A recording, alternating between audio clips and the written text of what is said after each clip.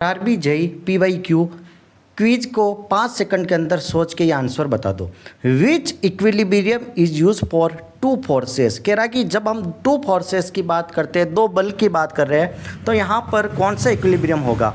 Option A कह रहा है कि सेम लाइन ऑफ एक्शन। ये कह रहा है कि दोनों जो फोर्स होंगे वो दोनों सेम लाइन ऑफ एक्शन होगी। ऑप्शन बी कह रहा है कि दोनों का मैग्नीट्यूड इक्वल होगा, मतलब दोनों फोर्स का अमाउंट क्वांटिटी जितना भी वैल्यू होगी वो सेम रहेगी। ये कह रहा है अपोजिट एंड डायरेक्शन, दोनों अपोजिट डायरेक्शन में हो रहा है। और डी कह रहा ऑल ऑफ द अबव। तीनों जो चीज़ें हमने बताई ऊपर वो सही है। राइट आंसर फटाफट बताओ। तो देखो सेम लाइन ऑफ एक्शन होगा, इक्वल मैग्नीट्यूड भी होगा, अपोजिट इन डायरेक्शन भी होगा, और बात क्या की इक्विलिब्रियम होना चाहिए। तो बिल्कुल मैं एग्री हूँ, ऑल ऑफ द अबव तीनों चीज़ें यहाँ पर अप्लाई होगी, तीनों चीज़ें यहाँ पर अप्लाई होगी। ऑल ऑफ द अबव बिल्कुल राइट आंसर है। क्लियर है यहाँ तक। All of the above right answer है option D, that is all of the above की same line of action, equal in magnitude, opposite in direction, तीनों condition verify होगी।